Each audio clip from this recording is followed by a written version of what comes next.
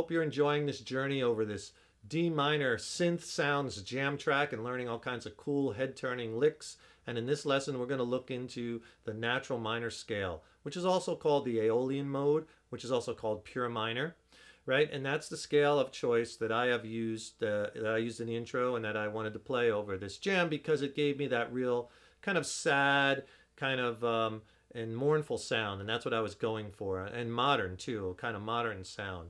And that's why I picked natural minor. We're stopping on certain notes and accenting certain notes within that scale for some extra punch, because our head-turning licks are not only head-turning because they're cool sounding, but also depends on the chord or chords you're playing over that could make them very cool sounding.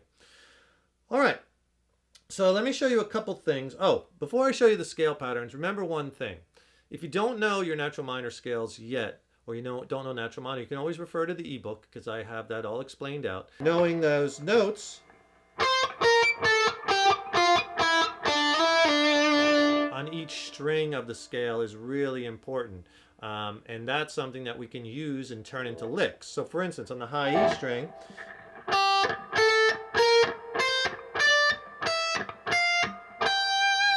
on the B string,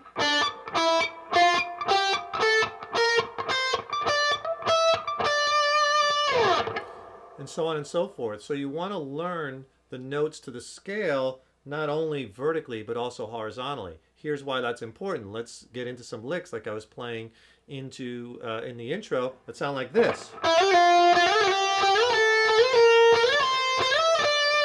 That was all on one string, on the B string, using a cool device. Basically what we're doing is we're moving up, ascending the scale on one string, but we're skipping a note and then going back to a note.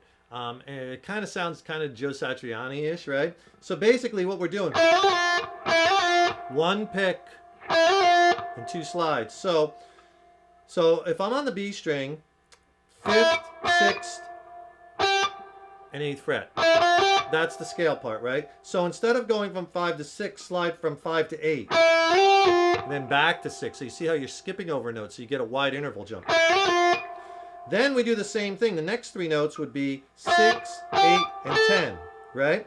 So instead of 6 to 8, we'll go in 6 to 10. And then back to 8. So you get this so far. The next three notes would be 8, 10, and 11.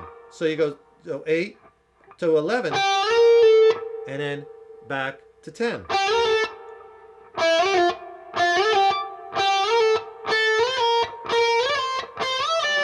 And continue right up the scale, and I ended it on the root note. I'll do the whole lick slow.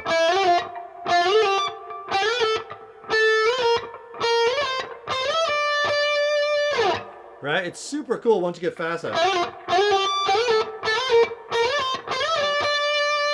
Now you can do that on any string. You can do that with any scale. It's just basically you're going over a note, so you're getting a wider interval jump, and then back to it. And you heard me play that in the intro, or you'll hear it in the outro. Sounds really cool. I like playing, oftentimes, that's very head-turning, and oftentimes those head-turning things that catch my ear are those wide interval jumps. That's why I like arpeggios so much. We're going to go over a bunch of arpeggios later. But you could do this same thing on other strings too. Like you heard me playing an octave lick, and then I kind of used some longer intervals.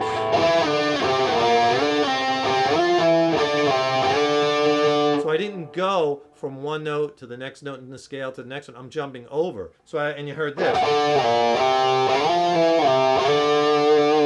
Right? So that big jump there was from the 3rd fret on the C note on the A string, all the way up to that 8th fret, right, to the F note, and then back to the D note. So I was doing something like, so you can see how you can get those really cool sounds.